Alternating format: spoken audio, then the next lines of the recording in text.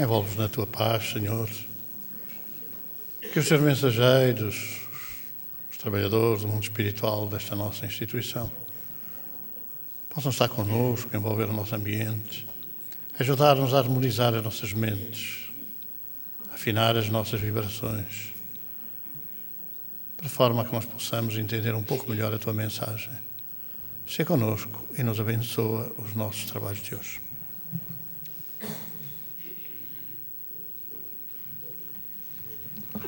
Página 24.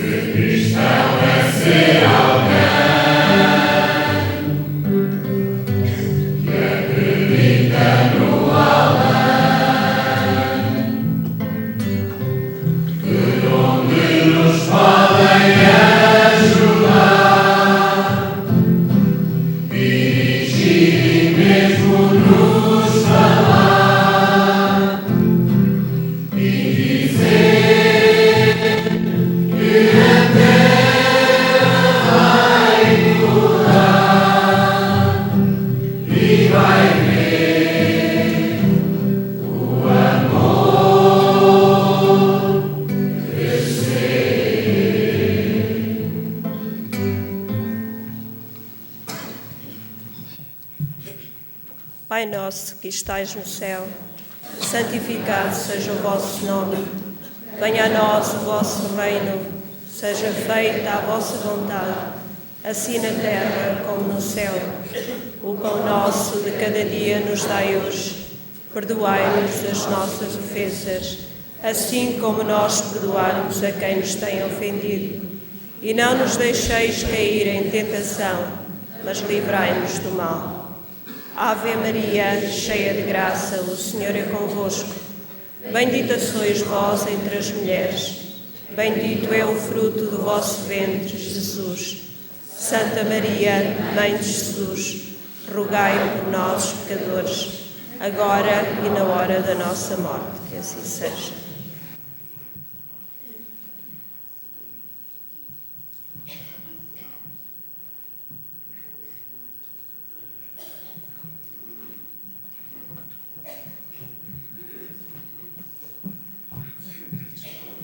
Muito boa noite. Portanto, este mês vamos apresentar o primeiro ciclo da evangelização. Vai apresentar um livro que lhes é destinado, portanto, destinado às crianças mais jovens, mais pequeninos, e é a Cartilha do Bem. E a Julieta, que é a evangelizadora deles, vai apresentar-vos então este livro.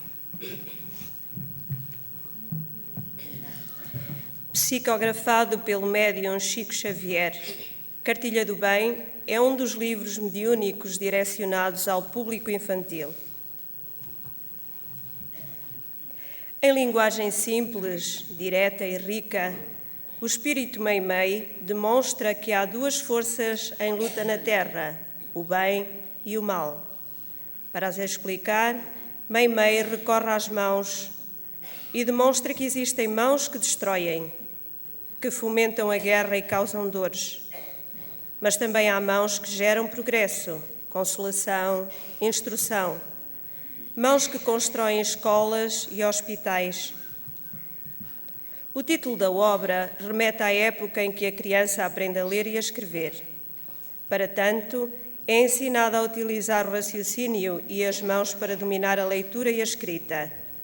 Da mesma forma, a criança precisa ser instruída a fazer o bem, utilizando a sua inteligência e as suas mãos para ajudar a construir um mundo melhor, mais ético e fraterno. O espírito Meimei expõe em linguagem simples, como convém às crianças, os caminhos que podem ser escolhidos, o do bem ou o do mal, de acordo com a liberdade que Deus nos dá.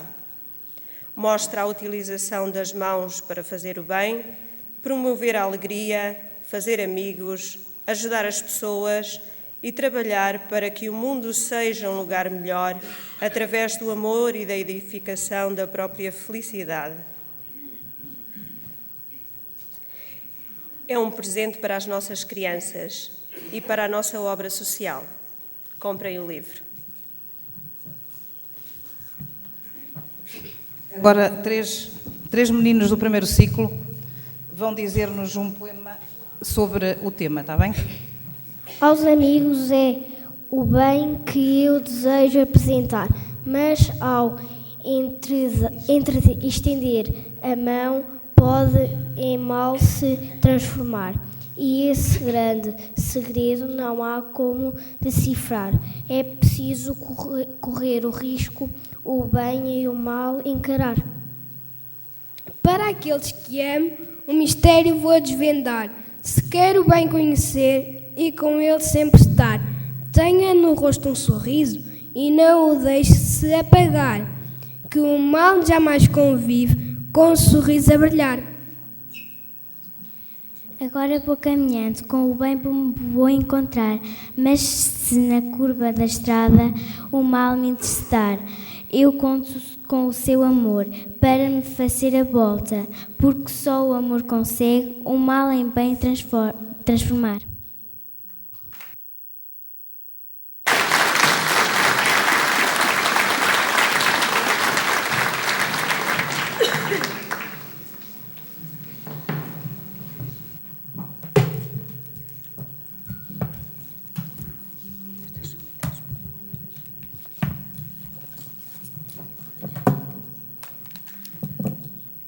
Retribuir o mal com o bem.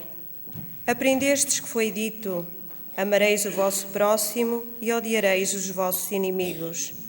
Eu, porém, vos digo: amai os vossos inimigos, fazei o bem aos que vos odeiam e orai pelos que vos perseguem e caluniam, a fim de serdes filhos do vosso Pai que está nos céus e que faz se levante o sol para os bons e para os maus e que chova sobre os justos e os injustos.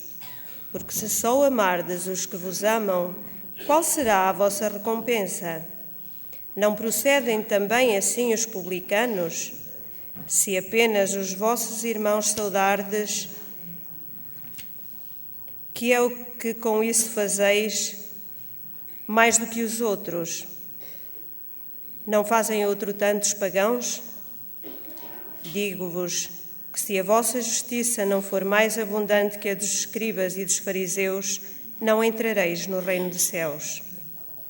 Se somente amardes os que vos amam, que mérito se vos reconhecerá, uma vez que as pessoas de má vida também amam os que as amam?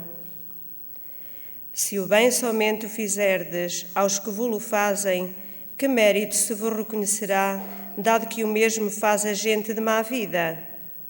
Se só emprestardes àqueles de quem possais esperar o mesmo furor, que mérito se vos reconhecerá quando as pessoas de má vida se entreajudam dessa maneira para oferir a mesma vantagem? Pelo que vos toca, amai os vossos inimigos.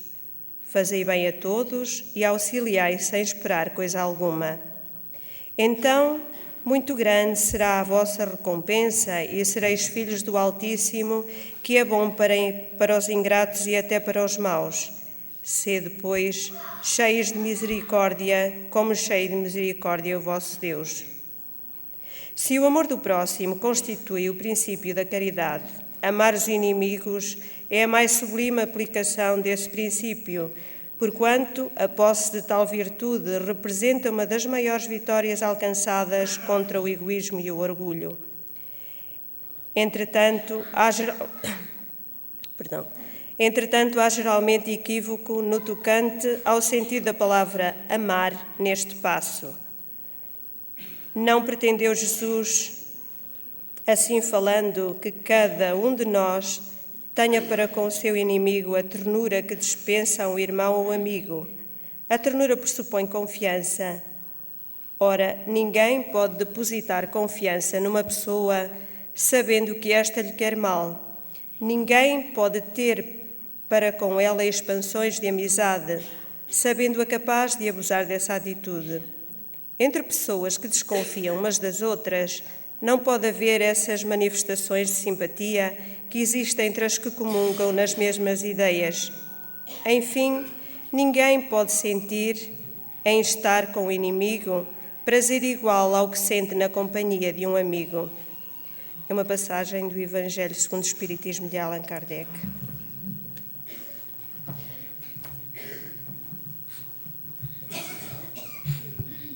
Podem desligar os telefones, fazem favor.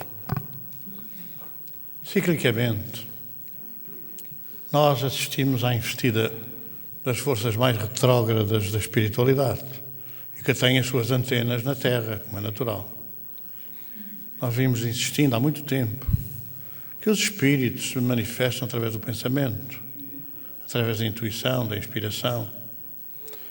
E às vezes essa intuição, essa inspiração é tão próxima, o domínio é tão substancial, que se confunde o encarnado com o desencarnado.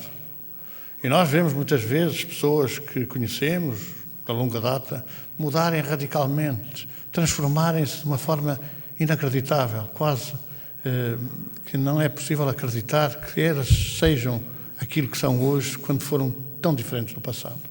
Temos a ver com essa falta de vigilância, mas foi sempre assim. Se nós não tivermos na história do Evangelho, é sobre o Evangelho que vamos falar, se nós não tivermos sobre isso, nós vamos encontrar coisas tão absurdas como, por exemplo, considerar que até ao século IV há uma quantidade de santos. Não há quantidade de santos nenhum. Até ao século IV, mais concretamente até 335 depois de Cristo, Concílio de Niceia, não havia tempo de pensar nos santos. Havia tempo de pensar nos mártires, que passavam de geração em geração, passavam de pais para filhos e para netos, passavam-se histórias rocambolescas, e nós hoje sabemos que muitos que foram considerados mártires não têm nada a ver com o martírio do cristianismo. Então, durante esse período, pois é evidente que não houve santos, eles foram sendo canonizados mais tarde, depois do advento da República Romana, que criou esse paradoxo que foi a religião oficial de Roma como o cristianismo, quando durante mais de 3 séculos o perseguiu e perseguiu os seus seguidores. Então nós vamos encontrar grandes contradições. E estamos, Natal ciclicamente falando, estamos numa fase dessas, do anticristo, dos falsos profetas, que o próprio Jesus afirmou que enganariam a muitos, mesmo os mais sábios. Tem sido varrido o nosso planeta pela ideia, isto faz tempo, não é? Primeiro pela ideia do Código da Vinci. O Código da Vinci, quem minimamente estiver interessado em saber, é, digamos assim, uma prática resulta de uma crença na Europa, tem 200 anos, 300 anos, e era uma seita, tal como os essênios, que se reuniu e fez a sua interpretação. Uma interpretação naturalmente diabólica quase, porque começou aí a falar-se de que de facto a figura que aparecia na última ceia ao lado de Jesus era uma mulher. Era a mulher de Jesus. Quando tudo indica que aquela que era apontada como a mulher de Jesus era a irmã Maria Madalena. Miriam Madalena. Não é Maria de Magdala, é Maria Madalena. Seria uma das duas irmãs de Jesus. É evidente, quando se mataram os irmãos de Jesus, quando se eliminaram, quando se anularam os irmãos de Jesus, tudo foi possível alterar, tudo foi possível modificar. Mas é evidente, para dizer que aquela figura que estava ao lado de Jesus, de cabelos compridos, era uma mulher, teríamos que dizer que a maior parte eram mulheres, porque os nazarenos usavam todos cabelo até aos ombros. Eram louros, olhos amendoados, etc. E, portanto, estar a dizer isso só mesmo de mentes doentias, que visavam, e continuam a visar, destruir os ensinos que Jesus deixou. Que são ensinos de moral, são ensinos de moralização social, de moralização pessoal, são ensinos que versam ou que visam a nossa modificação interior, a nossa transformação. Mas é evidente que aqueles materialistas que não acreditam em nada e que depois ainda vêm do outro lado da vida a tesanar-nos a cabeça, sintonizar connosco, a lançar as dúvidas, com certeza que, como não acreditam em nada, quanto pior melhor, e vai daí, toca de desancar na veracidade daquilo que é o Evangelho de Jesus, ou daquilo que é o cristianismo redivivo hoje, que traz de volta a racionalidade das coisas. Não é necessário nós estarmos a pensar de outra maneira. Se é razoável, se é racional, aceita. Se não é racional, não aceita. E foi o Espírito da Verdade, que ao fim e ao cabo é Jesus, de volta, que disse: a fé tem que encarar a razão face a face, não é agora, é em todas as épocas da humanidade. Quando nós nos detemos sobre as coisas, analisemos-las à luz da razão. E se for racional, muito bem, aceitemo-la. Se não for racional, recusemo-la. Os espíritos dizem que se a ciência negar aquilo que diz o espiritismo, que se abandone o espiritismo e se siga a ciência. Até hoje, ainda não houve nada que fosse desmentido daquilo que é o espiritismo, portanto, a codificação espírita, pela ciência. Muito antes, pelo contrário.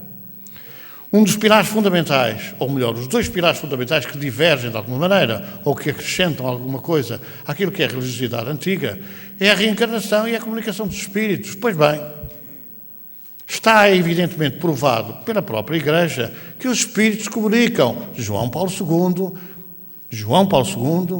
no Catecismo Católico. Os nossos familiares mortos são espíritos, porque os espíritos são as almas das pessoas que morreram, conforme diz a codificação, podem voltar para nos ajudar. E aqueles que não gostam de nós, voltam para fazer o quê? Se são as almas das pessoas que morreram, aqueles que estiveram diferentes connosco, tiveram discussões connosco, tiveram problemas graves connosco, do outro lado viraram santos de um dia para o outro, viraram santinhos. Toda essa rede de materialistas que morrem sem acreditar em alma, não morrem, porque continuam vivos, então não morreram ainda, ainda cá estão. E passam a vida a cercar-nos e passam a vida a tentar levar-nos para os seus ideais. Ora, é necessário a gente parar um pouco e refletir e raciocinar. Estamos perante uma investida tremenda dos papiros chamados do Mar Morto. A comunicação social tem agora feito gáudio dessa história. Os papiros do Mar Morto. Porquê é que chamam papiros? Porque a escrita naquela época era escrita em papiro. Não havia o papel, ainda não era conhecido. E, portanto, eram aquelas coisas muito bem desenhadas. A maior parte das pessoas não sabiam ler nem escrever. Nem ler, nem escrever. Dos 12 apóstolos que Jesus escolheu, somente dois tinham alguma cultura, sabiam ler e escrever. Judas Iscariotes e Levi Mateus. O único que apontou, porque Judas não apontou coisa nenhuma, foi Levi Mateus, nas anotações que ficaram conhecidas como as anotações de Levi. Levi Mateus. Era realmente letrado. Nos evangelistas vamos encontrar Mateus, Levi, e vamos encontrar Lucas, médico e investigador. Mas os outros dois pouca cultura tinham.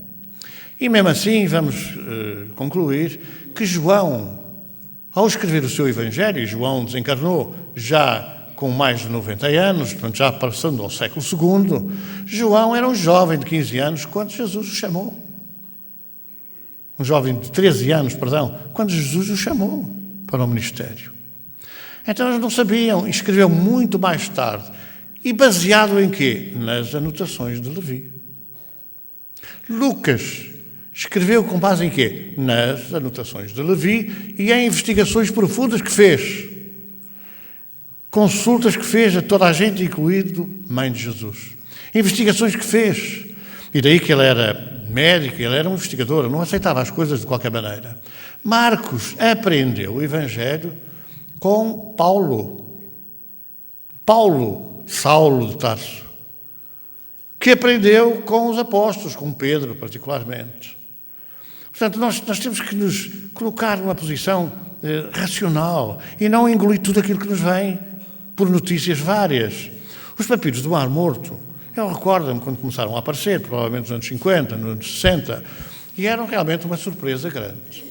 Para mim, que era um jovem estudante na altura, era mesmo uma surpresa. Nunca deu para eu negar aquilo que é a verdade indiscutível, aquilo que é o conteúdo profundo do Evangelho.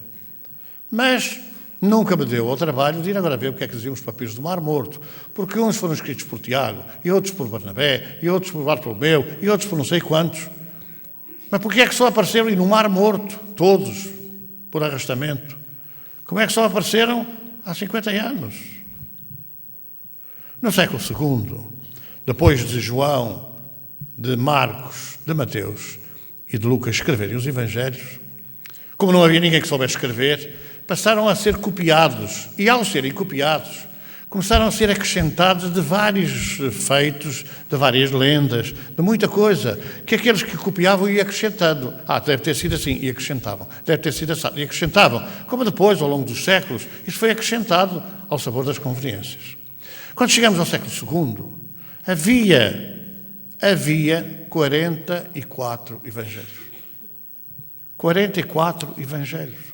De tal sorte a confusão se instalou que os dirigentes das igrejas primitivas, nem papas, nem bispos, nem cardeais, nem nada disso. Havia 14 igrejas fundadas por Paulo, exceto a igreja de Jerusalém, que foi fundada pelos apóstolos, de uma forma geral, e por Pedro, que nunca chefiou a igreja de Jerusalém. A igreja de Jerusalém foi entregue a Tiago. E Tiago, porque era um mosaísta e um cristão. Era mosaísta quando convinha, era cristão quando convinha. Estava de bem com os judeus e estava de bem com os cristãos. Fazia aquela gestão para não afrontar e para não enfrentar o poder instituído. Ora, eles foram acrescentando, cada um foi para o seu lado, e foram acrescentando coisas que diziam, coisas que falavam. Porém, o Evangelho para nós vale o seu conteúdo profundo de lições, de ensinamentos, de moral, de religiosidade, de ligação a Deus. Os espíritos hoje, paralelamente, ou melhor, curiosamente, ou não, a Amélia Rodrigues era uma escritora brasileira, uma senhora ligada à educação, e que hoje, como espírito, normalmente escreve sobre o Evangelho. Normalmente escreve sobre o Evangelho. E quando lhe perguntaram aquilo que ela contava sobre o Evangelho, se era atribuído a Jesus, ela dizia sempre, é opinião dos espíritos, porque Jesus não veio dar nenhuma opinião até hoje. Ensinou, passou a mensagem da Boa Nova, mas não veio agora dizer, não é bem assim, está mal interpretado, deixa de estar. Deixou as lições. Há coisas que não podia ter deixado, porque Jesus não podia ter vindo dizer que a mãe subiu a visitar a sua prima Isabel e fez um elogio, um autoelogio. Eu sou a ditosa, eu sou a maior, eu sou a melhor, eu sou aquela, sou a outra. Uma jovem de 15 anos. Ninguém ouviu, ninguém viu. E, portanto, foi inventado e foi acrescentado.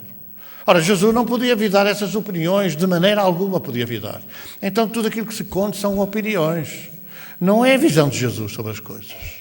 Nós fomos alterando e adulterando. Então, quando se chega ao século II, havia 44 evangelhos. E os chefes das igrejas reunidos decidiram nomear uma comissão para, dentre os 44 evangelhos, escolher aqueles que estavam mais ligados uns aos outros, estavam mais de acordo uns com os outros. E todos os outros foram postos de lado. Aquela orientação, aliás, que era substancialmente comprovada pelo testemunho de Levi Mateus, que tinha ele anotado as coisas, porque era aquilo que hoje se chama a estenografia. Quer dizer, Mateus ouvia Jesus falar, anunciar a Boa Nova, e ia anotando estenograficamente as grandes lições, e depois desenvolvia. Ele que era um estudioso, ele que era um homem culto. Ora, quando foi convocada essa comissão para fazer o estudo, escolheram aqueles 4 evangelhos mais próximos, exatamente estes dos evangelistas, Os outros foram postos de lado. Tudo aquilo que veio depois a seguir, acrescentado, não tem nada a ver. Não tem nada a ver, tem a ver com opiniões, tem a ver com acrescentos, tem a ver com adições que se fizeram com outras intenções. E, curiosamente, durante séculos não apareceram. Quando podiam ter aparecido, até para travar o poderio da Igreja, que era um poderio enorme, da Idade Média e depois da Idade Moderna até à Idade Contemporânea, para travar tinham aparecido logo. E porquê é que aparecem a negar, a atacar, a destruir e não a defender? Porque nós, os cristãos, somos amorfos. Amorfos. Nós não somos capazes de dar testemunho da verdade. Quando o dirigente russo, não é, o pai da perestroika, apareceu no Ocidente para... Até tinha um mapa do mundo na cabeça, não é? Tinha aquela mancha na cabeça. Ao descer em Nova Iorque para Washington, para fazer as conversações com os americanos, que Deus nos ajude na reunião que vamos ter. Pois nós, ocidentais, temos vergonha de falar de Deus, de falar de Jesus. Os nossos políticos nem ainda nos chamam para aí alguns sacristãos ou coisa assim. Têm vergonha de falar de Jesus, vão comungar, dão a comunhão na missa, fazem tudo isso, porque têm vergonha de falar das suas convicções. Não são capazes de dar testemunho público e de desmontar tudo isto que está a ser desmontado. Mas é verdade, é o canal de História, o canal Sem Ser de História, o canal de outras histórias, que vem a público e diz, não, isto é muito confuso e tal, porque não sei o quê, não sei o quê.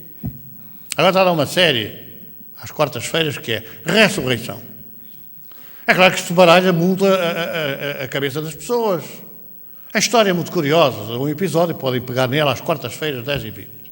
É muito curiosa porque é um miúdo que aparece, trazido lá por umas autoridades, e chega ao pé de um velhote e diz assim, pai, tal, não sei o quê. O homem fica passado, porque é um velhote que o pai e o filho tinham morrido há 32 anos.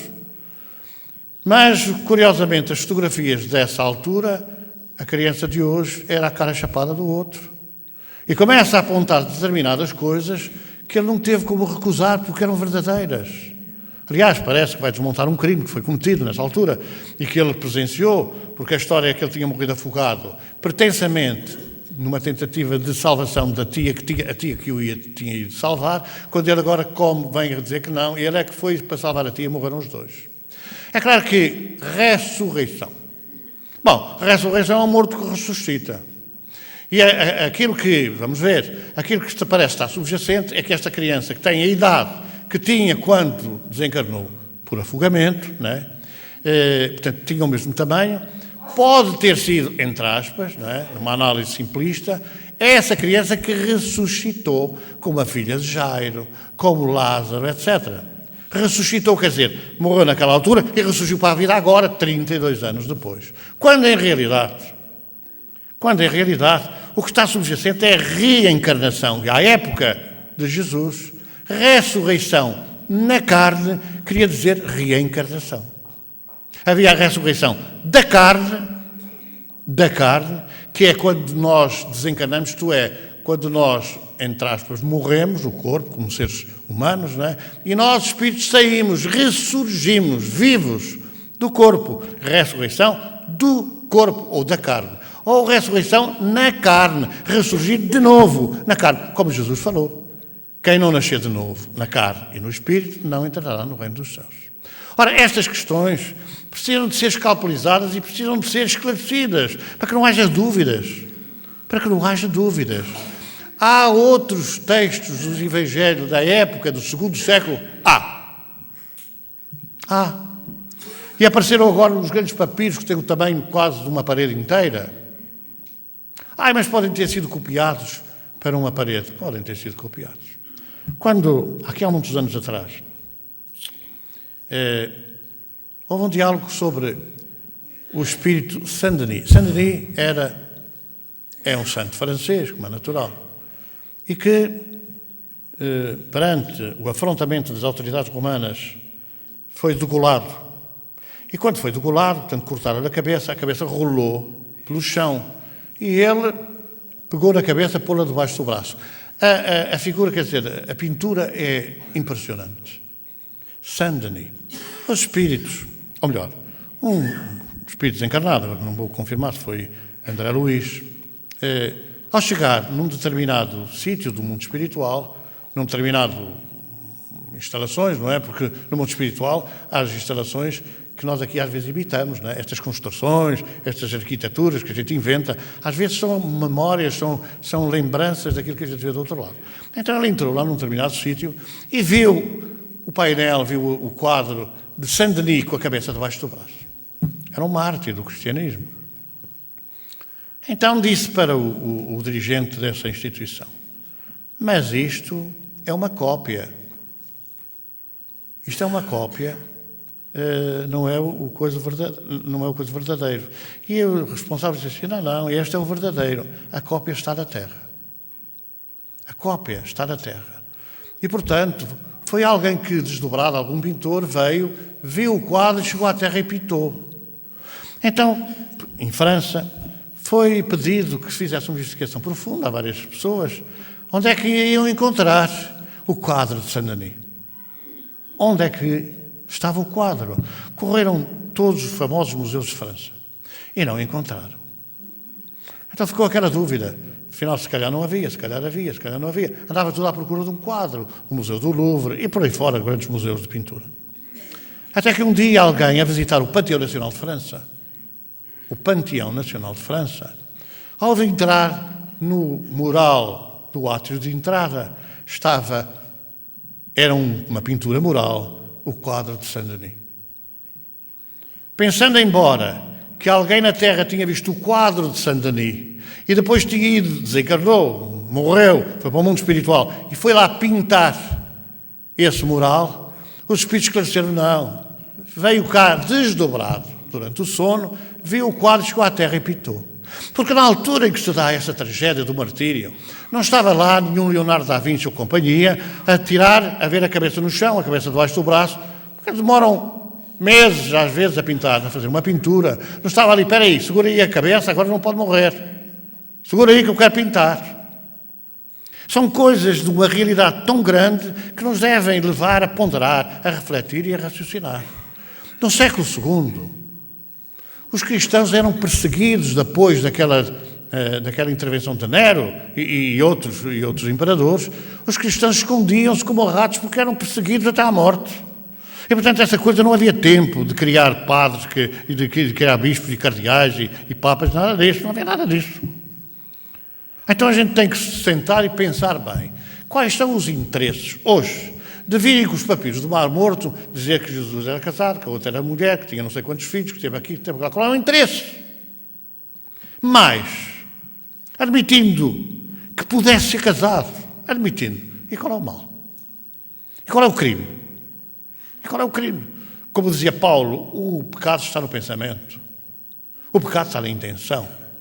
O casamento é uma coisa divina.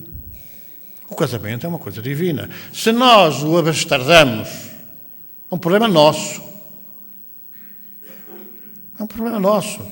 Admitamos que poderia ter sido, que qual era o crime, qual era o mal, mas é a maldade do homem.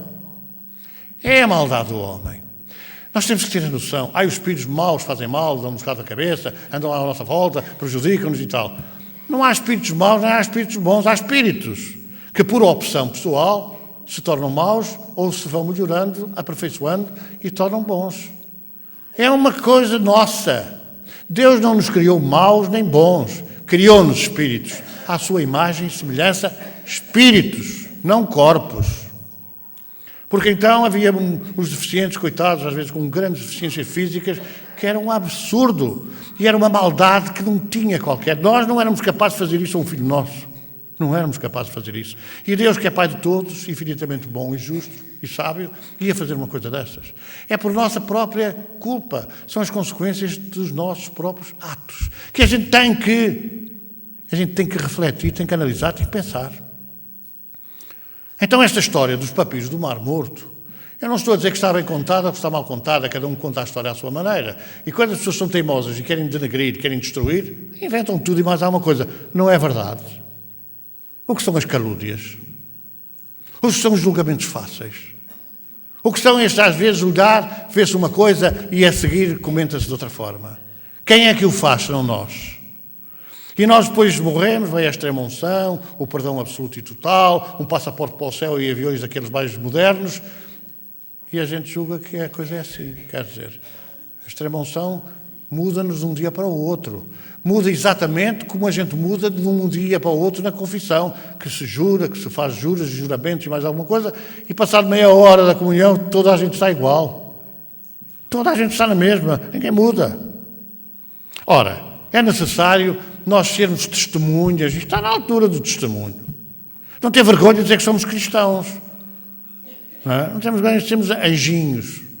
Jesus nunca disse para sermos violentos, disse para sermos firmes. Não foi para sermos violentos. E firmes connosco próprios. Olha, a trave no teu olho e deixa o argueiro do olho do vizinho. Mas nós temos sempre a tendência para ampliar o argueiro do olho do vizinho para tentarmos esconder a trave no nosso próprio olho. Os nossos defeitos, as nossas imperfeições, a nossa maldade. Temos sempre essa tendência de nos preocuparmos com os outros, e com os outros, e com os outros. E há uma praga terrível. É uma praga terrível que é a inveja, que é o ciúme. A inveja e o ciúme. Vejam quantos crimes nós nos temos assistido na humanidade por causa do ciúme e da inveja. Aliás, são coisas que temos que mudar, naturalmente. A gente vai fazer uma prece a Deus. Há dois tipos de prece. Uns chamam-lhe reza, outros chamam prece, outros chamam oração. Mas há dois tipos de reza, conforme diz a parábola que Jesus ensinou. O fariseu, que vai orar e diz: Senhor, eu não sou como aquele que está ali atrás, bem mal vestido, não sei quanto, não sabe orar e tal. Não, eu não, venho com o fato da comunhão, estou aqui coisa e tal. E, portanto, e o outro diz: eu não tenho condição para que entres na minha casa, na minha alma, para que entres dentro de mim. Estou aqui, sou eu. Como a história que contava o Divaldo, de um velhinho que entrava na igreja, sentava-se, olhava para o Cristo e dizia: Jesus, estou aqui. Jesus, eu estou aqui. Não é preciso mais nada. A gente às vezes vai: Pai nosso, sai no céu, santificado seja o vosso nome, venha a nós. O vosso reino seja feita a vossa vontade. Reza. Isto é reza. Não é oração. Orar é falar. Orar é falar com Deus, falar com os bons espíritos, falar com os seus intermediários. Não é rezar. Reza. À segunda Ave Maria está tudo a dormir. Também aqui há quem esteja a dormir, não é? E não estou aqui, Pai Nosso está no céu, Ave Maria cheia de graça, mas também há quem esteja a dormir. Tal é o interesse que está a ter na coisa dessas coisas do espírito. Mas é evidente que nós temos que saber, perceber, compreender. Os espíritos querem que a gente ore, não querem. Envolvem-nos e adormecem. Ou a gente tem interesse em buscar as coisas, ou não adianta. Eu rezo muito. Eu também rezava quando era jovem. Ali, não era bem ditadura, mas era quase. Meninos, 6 horas, meninos, 6 horas, está tudo ali, vamos rezar o terço do rosário. Não era o rosário do terço, era o terço do rosário. E ela estava ali todo, ao pé da velhota, né? A mais velhota de todas, que era a avó e tal. Não sei o quê. Primeiro mistério, contemplamos, não sei o quê, tal. Pai nosso, está no céu, o pão nosso, cada dia. Ave Maria, Santa Maria. Ave Maria, Santa Maria. Ave Maria, Santa Maria. E depois, ao fim de algum tempo, quem dizia: Santa Maria, Pai nosso. E até havia, que eu lembro-me, quem aproveitasse para ir fumar um cigarrito, enquanto a orientadora do terço dormia um pouco e cochilava. Agora eu pergunto: que reza era esta? Então não devemos rezar o terço? Pois devemos. Que se conseguirmos, perdoa as nossas ofensas assim como nós perdoamos. Isto é um absurdo, que é mentira. Que, aliás, eu já contei, tive uma senhora e disse: é preciso dizer que perdoamos? Então eu não digo. Então perdoai as nossas ofensas e não me deixei cair mais em tentação. Amém. Já não dizia assim como eu perdoo. Mas o que Jesus ensinou, assim como nós perdoamos. Mas ele perdoava. Nós é melhor dizer assim como nós perdoarmos, aceitando logo que não nos perdoa, porque a gente não perdoa.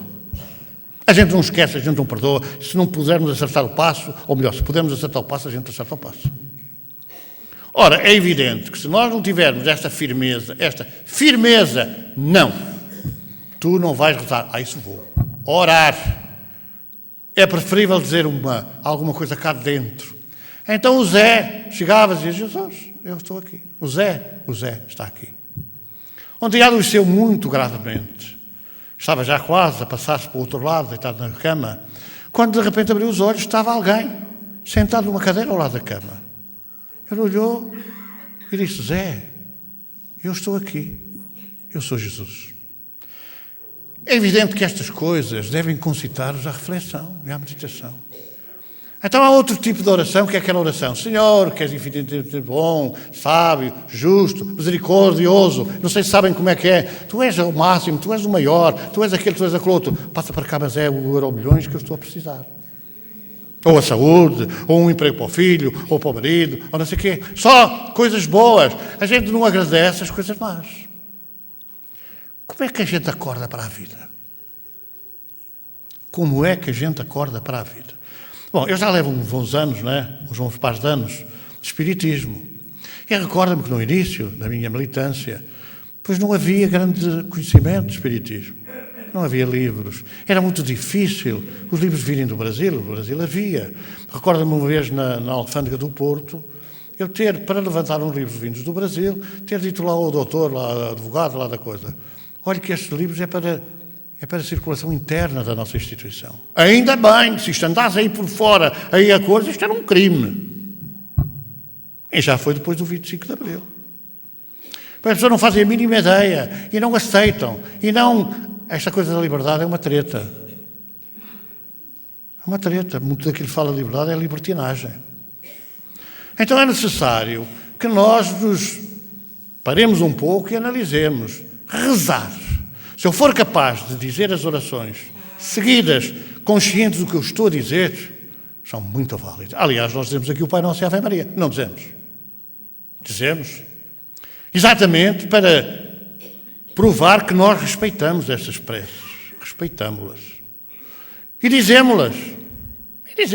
Embora haja, por exemplo, companheiros nossos que não aceitam que se digam no centro. Podemos dizer em casa, mas que no centro se digam essas duas orações. E porquê? Porque são de outra igreja.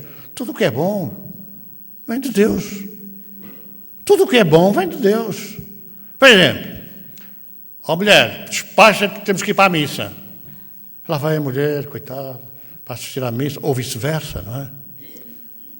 Olha, homem, agora vou ao centro espírita, vem. Ao centro espírita essas coisas, tem juízo. Quer dizer, podem ir jogar a batota, podem jogar as cartas, podem jogar isto, podem jogar aquilo. Está tudo bem.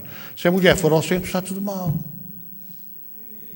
Mas isto é intolerância feita de práticas religiosas ancestrais que não têm qualquer substância racional. Não têm qualquer dado racional para as coisas. Mas nós temos medo. Nós não damos testemunho. E quem testemunhar perante os homens, eu testemunhá-lo-ei perante o meu Pai que está nos céus. Meu Pai e vosso Pai. Mas nós não somos capazes de dar esse testemunho. E há muitas pessoas que vão à bruxa bem longe, que é para ninguém saber, exceto algumas vezes que é um azar do raio, que outras pensaram o mesmo e encontram-se lá à porta do tabernáculo, não é? Onde se fazem lá aquelas invenções, aquelas descobertas. Nós precisamos de sentir que não somos enganados. Sentir que não somos enganados. Qualquer pessoa que diga aqui dentro que cura, que faz e que acontece, ponham absolutamente de lado e comuniquem-nos, porque ninguém pode dizer que cura seja quem for. Eu não posso dizer a ninguém que cura, que faça, que aconteça. É evidente que todos nós temos uma valoração moral diferente uns dos outros, nós somos todos diferentes uns dos outros. Nós fazemos esforços, fazemos um sacrifício grande para mudar, para modificar, outros não fazem. Outros fazem mais do que nós, com certeza. Quem mais faz esforço, mais adiantado está. Os espíritas, disse a mensagem dos espíritos, serão conhecidos pelo esforço que fizerem. Em serem hoje melhores do que ontem e amanhã melhores do que hoje. Não é por serem perfeitos, é por um esforço que fizerem de modificação, de aperfeiçoamento. Eu vou dizer de outra maneira, os cristãos serão conhecidos por se esforçarem por melhorar. Foi assim que Jesus ensinou. Se a coisa depois virou ao contrário, não foi nada com Jesus, foi com os homens que buscaram a melhor maneira de enganar a Deus. De enganar a Deus. Eu era jovem, dizia assim, se a gente jurar com as figas feitas atrás das costas, não vale, o juramento não vale. Juro firmemente emendar, nunca mais tornar a ofender. Peço e espero perdão das minhas culpas pela vossa infinita misericórdia. Amém. Aquilo era uma ladainha. Reparem, Pai nosso, está no céu, santificado seja o vosso nome, venha a nós o vosso reino, seja feita a vossa vontade, assim na terra como no céu. O pão nosso cada dia nos dai hoje, até nem tem tempo de respirar, quando as coisas devem ser ditas com calma, com serenidade, para pensarmos o que é que a gente afirma. Eu fui confessar-me muita vez, não estou a falar de cor, eu conheço, 30 anos fui católico. Não tenho vergonha de o dizer, aprendi muita coisa no catolicismo. Não foi muita coisa com os dirigentes religiosos, no catolicismo, porque sempre me esforcei por refletir sobre as coisas, por raciocinar sobre elas. Quando um dia me deram uma notícia do meu pai, que tinha desencarnado, tinha falecido há 2 anos, eu fiquei banzado, porque não era possível que a notícia que me transmitiram com números, com dados, fosse conhecida, fosse de quem fosse, porque era uma conversa na tumba, uma conversa à porta de sepultura, uma conversa pessoal, fechada num quarto, os dois. E quando me contaram essa conversa, eu fiquei passado, porque eu não tinha como negar. Este miúdo do tal episódio, do episódio que eu contei agora, que é no AXN, o miúdo dizia assim, é isto. E as pessoas ficavam assim, como é que ele sabe? Quem é que lhe contou? Quem é que lhe contou? Aliás, do crime que aconteceu na morte, foi um crime. O miúdo disse, estava lá um homem também, não era só eu e a tia, estava um homem. E quem é o homem? É aquele que está aqui daquela fotografia. Depois o velhote diz, realmente dizia-se na altura que ele tinha um caso com a pessoa que morreu. Ora, são coisas tão reais que não dá para negar. Eu fiquei um pouco baralhado com aquilo tudo. Eu era católico, tinha a minha fé católica, aquela fé que não se discute. E falei com um jovem padre jesuíta, jovem, talvez 30 anos, talvez ainda não estivesse. E disse, olha, eu estou um bocado baralhado, mas porquê? Porque aconteceu isto. Eu não tenho como negar.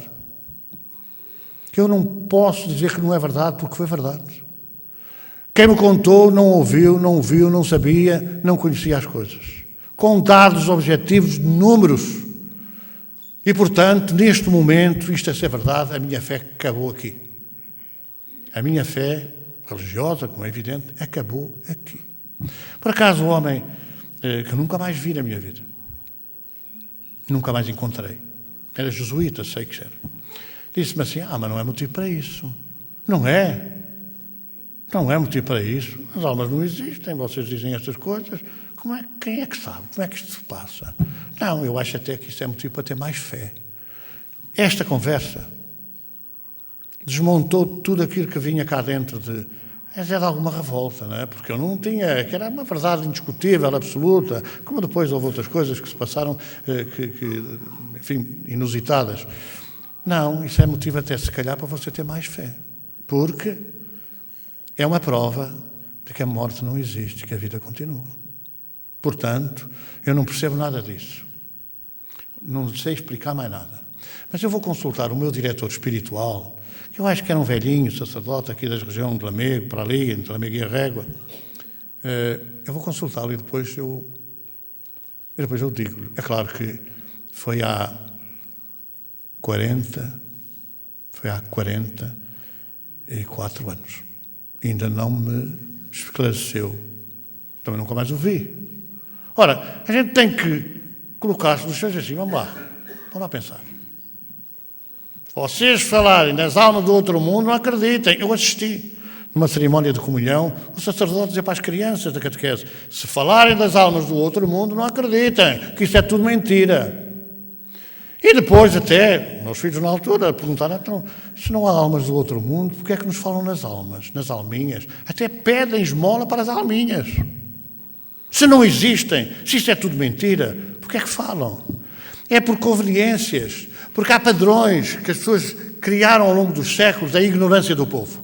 Quando, no século X, foi proibido aos cristãos lerem o Evangelho, foi proibido lerem o Evangelho, foi proibido por quê? Porquê é que foi proibido? Porque exatamente não convinha. E vou dizer uma coisa aqui que eu afirmo sem qualquer rebuço, sem qualquer dúvida. Nós é que proibimos, não foram os outros. Porque o segundo pilar que eu há pouco estava a falar é a reencarnação, que agora chamam de ressurreição. Como nós, não nos convinha que o povo soubesse a verdade. Não nos convinha que o povo soubesse que o perdão não depende dos homens. Mas Jesus está lá a dizer, dou-vos o poder de perdoar os pecados. Está lá no Evangelho de Marcos. Mas não são esses pecados. O paralítico de Cafarnaum desceu de uma claraboia, tiraram um bocado, puseram no centro da Assembleia. E Jesus disse, homem, os teus pecados estão perdoados, levanta-te e anda. Os fariseus, hipócritas, também podia haver fariseus que não fossem hipócritas, mas quem é este, pensaram? É aquela cobardia moral. Espera lá, Senhor, como é que é? Perdoar os pecados? Como é? Só Deus pode perdoar os pecados. Jesus ouviu o pensamento e disse, o que é mais fácil dizer? Levanta-te e anda, estás curado, ou os teus pecados são perdoados. Mas seja, levanta-te, pega no teu catre e vai mostrar ao sacerdote. O perdão dos pecados tem a ver com essa situação. Com essa situação. Cessa. A causa termina o efeito. Se eu cometi um crime e o resgatei, não tenho que continuar a pagar o crime, que está pago, que está resgatado. Os teus pecados estão perdoados, chegou ao fim o teu resgate. Então levanta-te e anda, vê, etc. Esta é a grande realidade. Não é eu dizer assim, os teus pecados são perdoados, eu até gosto, tens olhos azuis, é muito simpático, trouxeste um leitão e tal e coisa, então pronto, anda e coisa. Não é isso. Nós temos a obrigação de ajudar sem quaisquer limitações. Olha, agora não tenho tempo, agora não posso, chateio-me mais tarde. Não, porque há situações em que a gente não pode adiar. Não pode adiar. Já contei, quer dizer, não é uma responsabilidade direta. Alguém que até era materialista, confessa, era uma senhora, pediu socorro numa quarta-feira. Estava muito mal, era materialista, até militava num partido materialista absoluto. Pediu socorro. E eu disse, com certeza que sim. O trabalho é sexta-feira, às tantas horas, comparece no centro. Não fizemos limitação. Se acreditava, se não acreditava, se deixava de acreditar. Não fizemos nada disso. O trabalho era na sexta-feira. Venha na sexta-feira, nós vamos ajudar. Só que ela não resistiu e suicidou-se na quarta. Foi uma lição. Quer dizer, eu não disse assim, olha, suicida-te se quiseres, se não quiseres, me suicida, que agora não tenho tempo para te aturar. Não foi nada disso. Mas ensinou que há situações de emergência que a gente não pode adiar. Não pode adiar, embora haja pessoas para quem é tudo emergência, não é? Há pessoas que é tudo emergência, tem que ser já, tem que ser agora e não sei o quê. Não cuidam de saber se fazem algum esforço, algum sacrifício na mudança interior, na tolerância para com os outros, no ambiente familiar. Não têm nenhuma percepção disso. E nem querem ouvir. Se possível, até uma coisa particular, assim, uma consulta particular, porque para ninguém nos ver. Mas estas coisas do Espírito, quando apresentavam a Jesus algum caso desses, Jesus referia sempre, vamos lá ou tragam-me cá. Ou vamos lá ou tragam-me cá. O centurião romano, Senhor, o meu servo está a morrer, se calhar já morreu e tal, vamos lá. Aquela história que na igreja dizem, Senhor, não sou digno que entres na minha morada. Diz uma palavra e o meu servo será salvo. É a conversa do centurião com Jesus. E o centurião diz, mas não é preciso, Senhor, eu sou chefe de centúria. Eu sou comandante de centúria, os meus soldados confiam em mim. Quando eu lhes digo uma ordem, quando eu lhes dou uma ordem, eles confiam e cumprirão, sem discutir.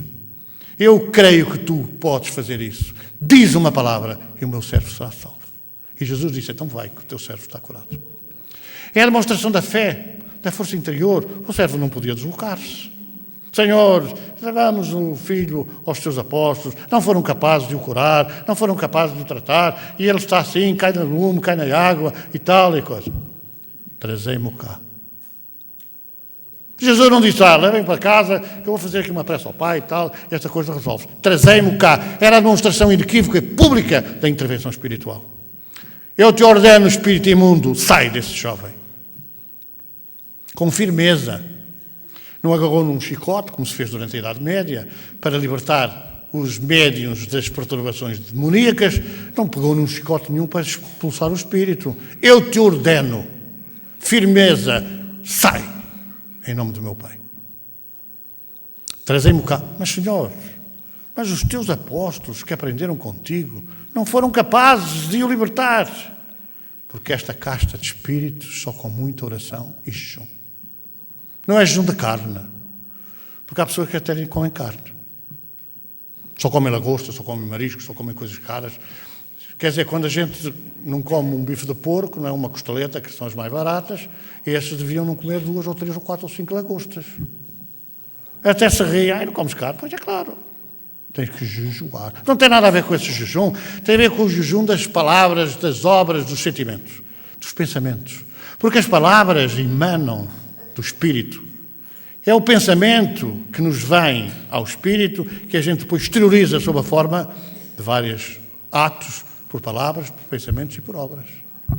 Ora, é isto que a gente tem que pensar, refletir, raciocinar. Se no nosso lar o ambiente não é bom, o ambiente é pesado, são discussões, cuidemos de libertar o nosso lar. Se os nossos familiares, por qualquer razão, ou pela idade, ou pela menos idade, têm perturbações graves, tentemos criar um ambiente que os espíritos se afastam.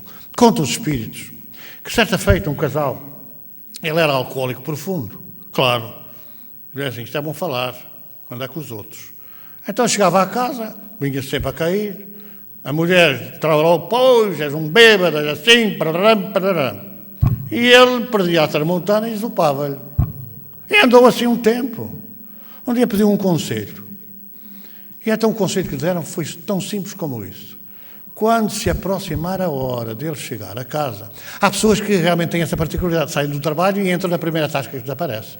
Mas é uma coisa curiosa, eu quando estive há 30 anos na Madeira, só na cidade do Funchal, para 45 mil pessoas, havia cerca de 1000 tascas. 1000. O que quer dizer que havia pessoas que frequentavam várias.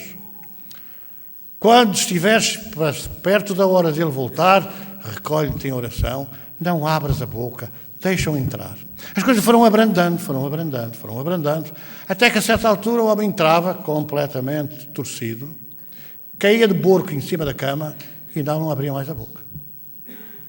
E os espíritos explicaram o que é que se passava. Antes que ele entrasse na casa, já havia espíritos amigos que o envolviam, que o rodeavam e que afastavam dele aqueles que com ele sintonizavam na bebida, no vício e por aí fora. Quando ele entrava na casa, já estava tudo afastado e já entrava sozinho, embora fisicamente afetado. Mas isso dá muito trabalho. Pois claro que dá muito trabalho. É preferível ir à farmácia e enviar um produto qualquer para combater essas conversas. Não é? Porque hoje pensa-se que a gente compra tudo. Mas os espíritos não são assim, não. E os espíritos que nos perseguem, nos fazem mal, não vão nessa conversa. Vai-te embora daqui para fora. Não vou. A gente azucrina-nos a cabeça. Vai-te embora, Satanás, vai dar para as profundezas do inferno. Não vou, até se riem. Eu conheço pessoas que foram aconselhadas a arrogar uma praga. Vai para lá, vai para aqui, vai para... Mas aquelas asneirolas, eu arrogo umas pragas. Até faço não sei o quê entre a hóstia e o cálice. Já tudo conversa. É uma risota para eles. Isto é uma risota para eles. Se nós não atraímos ao nosso ambiente a proteção, o envolvimento espiritual positivo, por forma a os afastar do nosso ambiente, não adianta. Não adianta. Há pessoas que vão queimar aqui uma velinha de incenso para afastar os espíritos malignos. O incenso foi usado desde Zacarias, que era o sacerdote do altar de incenso, não é? Zacarias incensava o altar, e depois é uma prática que ainda é usada até hoje, porque era um odor que atraía os bons espíritos, naturalmente. Atraindo os bons espíritos, afastam-se os maus. Mas a gente criou aquela ilusão, não, é para afastar os maus espíritos. Não. Então o odor, a vibração positiva, é que atrai os bons e afasta os maus. Quantos de nós fazemos o Evangelho no lar? Cada um precisa responder. Pensa para si. Uma vez por semana, quem faz o Evangelho no lar? Quem prepara a família, junta à volta da mesa, coloca os copos com água, faz a prece, lê uma página do Evangelho, faz um comentário. Quem? Aí é que queremos paz na nossa casa, queremos sossego, queremos tranquilidade, queremos serenidade. Não é possível porque os bons espíritos não têm abertura, estão fechadas as portas. As portas estão fechadas. Então coloquemos a cabeça no lugar e reflitamos, raciocinemos. Ou há trabalho da nossa parte, ou o bem não pode vir ao nosso encontro. Ou há esforço em mudarmos de dia para dia, em fazermos uma transformação interior, ou não temos hipótese nenhuma de receber ajuda. Não temos. Mas eu vou ao centro e depois lá fazem uma limpeza. Há pessoas que dizem assim, eu venho cá para fazer uma limpeza. Mas qual limpeza? E sem ser uma empresa de limpezas, que agora aí constituídas ajudam as pessoas a limpeza. Não há limpeza, há libertação. Se nós não fizermos por nos libertarmos, ninguém nos liberta. Ninguém nos liberta. Não adianta nada a gente estar a buscar o olho, estás a ver? Dizias que eu tenho que fazer o esforço. E aqui, fizeram aqui uma passagem de mãos e tal, e eu estou bem. E no dia seguinte está pior. Porque as coisas não funcionam assim. Até posso chegar ao pé de uma pessoa, a pessoa ficar bem. Se ela não fizer por aguentar o bem que sente, apanha lá fora outra vez. E muitas pessoas até chegam ao carro, apanham logo, começam logo a discutir, já é tarde, e não estou para isto, e vai dizer assim, vai cessar. Então, meditemos um pouco. Reflitamos sobre as intenções daqueles que querem, a todo custo, destruir a imagem de Jesus. Destruir a imagem de Jesus. E não embarquemos, porque ele preveniu, enganarão a muitos, até aos mais sábios. Enganarão. Com coisinhas comezinhas, não é? Através, é tudo mentira, foste iludido, foste enganado. Mas agora a própria Igreja está em vias de dizer publicamente que para além dos bons espíritos, dos maus espíritos, assim, poderem, sendo não fosse familiares, virem ajudar-nos, também é verdade que se nasce de novo, como Jesus falou. A reencarnação, que não a ressurreição, ou a ressurreição na carne, em a carne, é uma realidade indesmentível, porque a ciência o prova hoje que nós voltamos a nascer. A ciência o prova hoje que voltamos a nascer. Quando há 2000 anos, Jesus disse, quem não nascer de novo pela água e pelo Espírito, não entrará no reino dos céus. Porque o que é nascido da carne é carne. O que é nascido do Espírito é Espírito. Da água e da carne. Quem não nascer de novo, quem não reencarnar, não pode pagar os seus erros. Isso era uma conversa fiada, pede uma cunha, faz aqui as neiras, prejudica toda a gente. Chega ao outro lado, eu estou muito arrependido, eu não volto a fazer. Mas é no local do crime onde a gente fez sofrer os outros e da maneira que fez sofrer que nós temos que resgatar os nossos erros. Vamos fazer a nossa irradiação pelos doentes.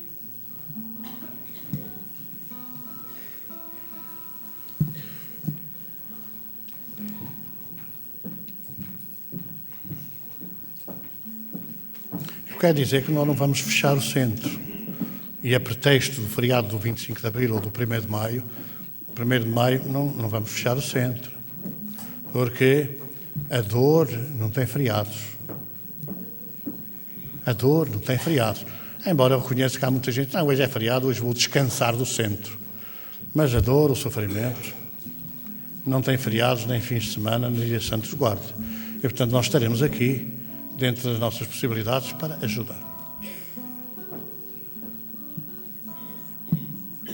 E quero aproveitar para recordar que no dia 29 de Abril lançaremos, penso que há mais de 100 anos que não é lançado nenhum livro, o Evangelho segundo o Espiritismo, em português, em tradução nossa de Portugal. Temos as traduções do Brasil, que há uma diferença, às vezes significativa, no contexto linguístico, mas nós vamos lançar aqui em Viseu o Evangelho segundo o Espiritismo exatamente no dia em que foi lançado há 150 anos, 29 de Abril.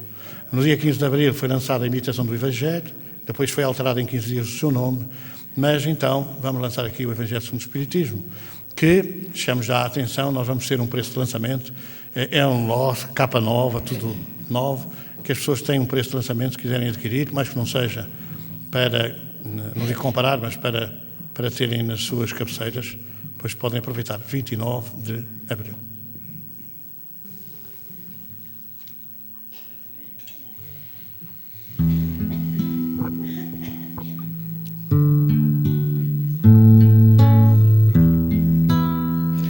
Página 15.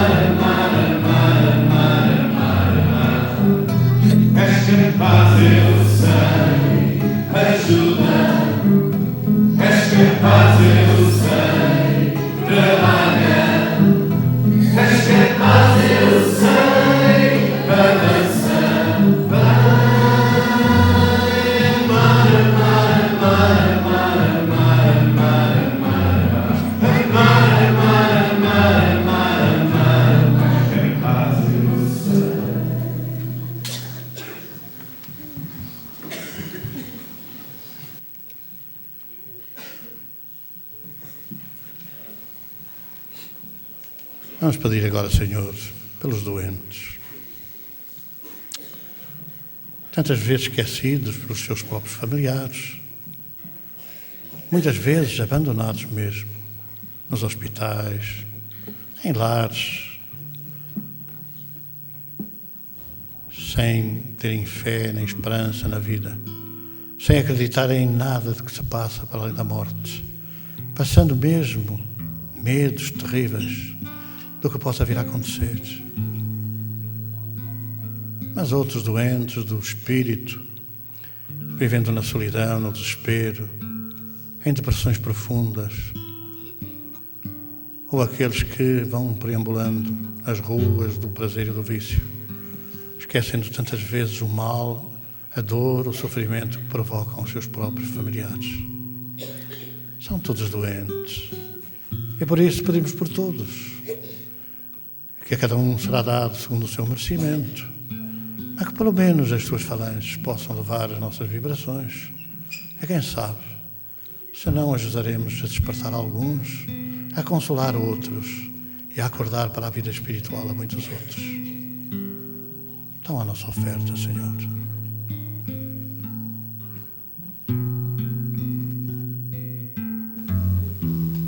Amen.